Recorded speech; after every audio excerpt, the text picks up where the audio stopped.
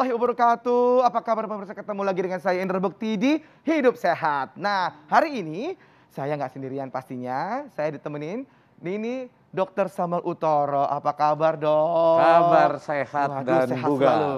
Nah, kalau ada Dokter Sam ini pasti ngomongin gizi-gizi ya, Dok ya. Ya. Tapi kan, untung Dok, saya udah agak kurusan dikit, Dok. Bukan dikit, Lumayan, banyak. 10 kilo, Dok. Banyak, iya. Itu alhamdulillah, perutnya Dok. kelihatan. Bagus ya, Dok. Pasti ini dipastikan karena ini saya udah mulai mengatur pola hidup sehat juga, Ya. termasuk makan juga ya, Dok Ya. ya. Nah, hari ini kita ngebahas soal makanan asin dan juga yang gandum ya, Dok ya. Ya. Nah, hubungannya tuh apa gitu ya, Dok ya? Mungkin kita nanti akan ada hubungannya dengan makanan asin dengan penyakit jantung. Ya. Nah, sebelum kita bahas, kita akan lihat dulu tayangan berikut ini.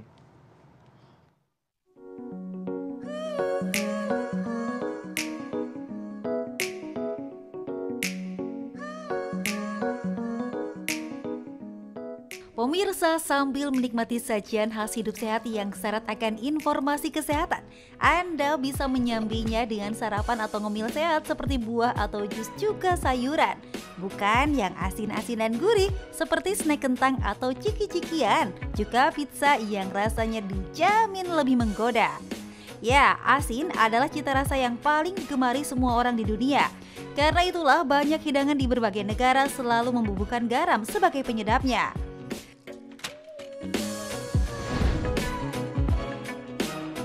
Makanan asin dan gurih bisa membuat candu, apalagi bila disajikan saat bercengkrama bersama keluarga atau teman dekat.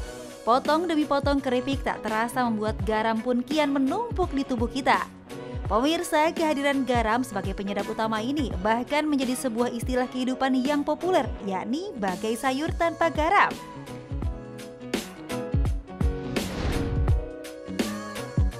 Namun di balik manfaatnya sebagai penggugah selera, menambahkan garam pada makanan bisa menyebabkan masalah meski hanya sejumput saja. Pemirsa pun pasti sudah tahu bila kandungan garam tinggi menjadi salah satu faktor munculnya penyakit mematikan seperti jantung. Apa alasannya? Cari tahu informasinya di Hidup Sehat berikut ini. Nah, ya itu pemirsa saya, tadi itu adalah tayangan mengenai mungkin ada hubungannya tuh antara garam dengan penyakit jantung gitu. Nah, Dok, sebenarnya sebelum kita bahas fakta mitosnya nih, Dok, Ya. emang kenapa sih, Dok, garam ini sangat dengan badan ini selalu tidak boleh berlebihan gitu, Dok? Ya, garam itu memang tidak boleh berlebihan, tapi nggak boleh juga Kekurangan kekurangan. juga nggak boleh. Kekurangan juga ada efeknya. Efeknya apa? Buat kerja dari penghantar syaraf. Jadi syaraf nih mau merintah nih. Ekstremit atau alat gerak kita bergerak. Itu perlu ada pelepasan namanya penghantar syaraf. Oh, kayak Bahasa elektrolit kedokterannya apa gitu, Dok? neurotransmitter. Oh, itu nah, dia. sel saraf itu butuh ada natrium buat Oh. melakukan. Begitu juga otot bergerak. Jadi nggak boleh kekurangan. Ya. Tapi memang yang bahaya itu dan kebanyakan di kita itu makan garamnya justru berlebihan. Oh, gitu. Karena Contoh, ya, kamu kalau makan ini nih, nih. kentang Ya, goreng, kentang goreng, benar. pasti di Mm-mm. kecet-cet Iya, garam. betul. Ini gini kan, Dok ya. Nah, Gini.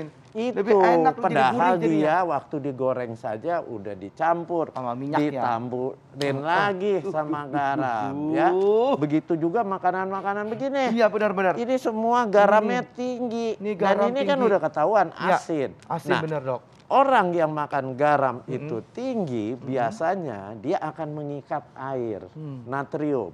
Garam itu NaCl, natrium klorida.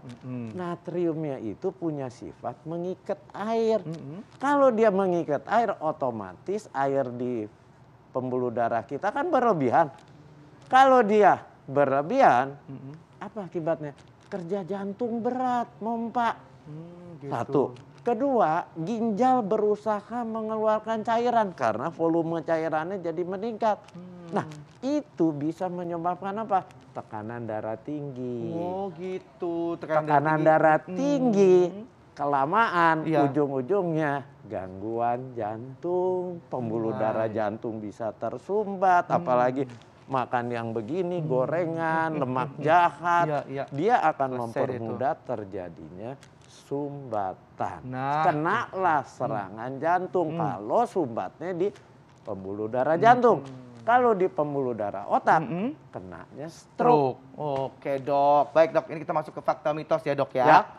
Dok, jadi fakta mitos yang pertama ini, garam laut dan garam Himalaya itu lebih sehat dibandingkan dengan garam meja dok. Fakta atau mitos? Itu sebenarnya mitos. Mitos? Ya, sebenarnya sama saja. Oh baik. Semuanya juga tinggi natrium. Ada natrium, tetapi memang ada yang lebih rendah. Lebih rendah itu seperti garam. Kalau dibandingkan garam laut dengan garam Himalaya, itu lebih rendah garamnya. Tapi nggak signifikan. Artinya kalau Anda makan garam Himalayanya kasih banyak juga, banyak ya, sama aja. Sama aja juga bohong ya dok ya. Iya. Kandungannya juga nggak terlalu jadi signifikan. Jadi pokoknya garam harus Anda batasi. Batasi. Batasi. Buat gampangnya, jangan punya kebiasaan makan yang asin. Oh, jangan kebiasaan makan asin ya. Asin. Ya, baik. Ada orang kan makan kalau rasanya nggak asin, tambahin atau cocol. Apalagi di restoran atau di hotel kalau breakfast di meja ada makannya garam, ada botol. Ya. Itu nggak perlu. Itu jangan ya dok ya. Nah terkait dengan ini tadi, ini kan aku lagi diet banget nih dok ya. Nah fakta mitos berikutnya nih dok. Apa? Tubuh menjadi mudah gemuk dengan konsumsi makanan asin. Fakta atau perlu, dan ini perlu mungkin disampaikan juga ke masyarakat juga nih dok. Saya tanya, kamu bisa turun 10 kilo gini, makan garamnya bagaimana? Dikurangin dok, betul dok. Gini-gini mah nggak ada lagi dok, aduh. Iya, dan sebenarnya dia tidak berefek langsung terhadap tumpukan lemak. Oh gitu. Tetapi dia efek utamanya tadi ngikat air. Bisa timbul berbagai macam penyakit.